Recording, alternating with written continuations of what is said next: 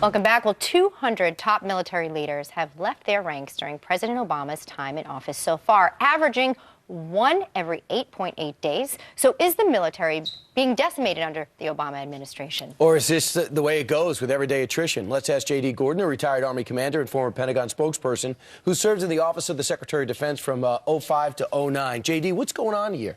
Well, I think that President Obama is trying to make the military smaller, weaker, and poorer. And this is just the latest example of it. Why would any president want to do that? Well, I think President Obama has this ideology where he thinks that if our military is weak, people won't attack us. I think that's completely wrong. I think that if we're weak, people will attack us. So I think it's part of a flawed ideology.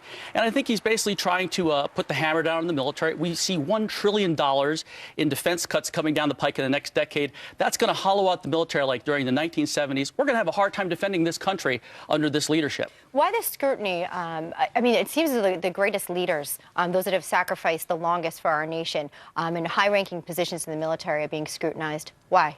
I think a lot of it's political. I think President Obama wants to send a message to the military that he's the boss and he's going to do whatever he wants with the military. In this case, we're seeing these massive cuts, like I said, with this $1 trillion in defense budgets. So if there's any hint of anything that may be wrong or any sign of controversy, he'll just say goodbye, get rid of them. So I think that's dangerous for the country. Well, we have 200 since he's taken off. Do you know roughly what about under President Bush, under more strain and stress over 2 wars in 10 years, that he was experiencing? Oh, it was certainly a lot less than this. You know, I got to tell you that in World War II and in the Civil War, a lot of senior officers were relieved, but that was because of lack of success. Ineffectiveness on the battlefield. We don't really have the same metrics to measure that on the battlefield today. So a lot of guys, what they do is a lot of it's political, and a lot of it is it's easy to get in trouble today. There's a lot of scrutiny on admirals and generals, captains, commanders. There's hotline calls everywhere, and the troops used to have a healthy respect for the chain of command as far as giving them their space.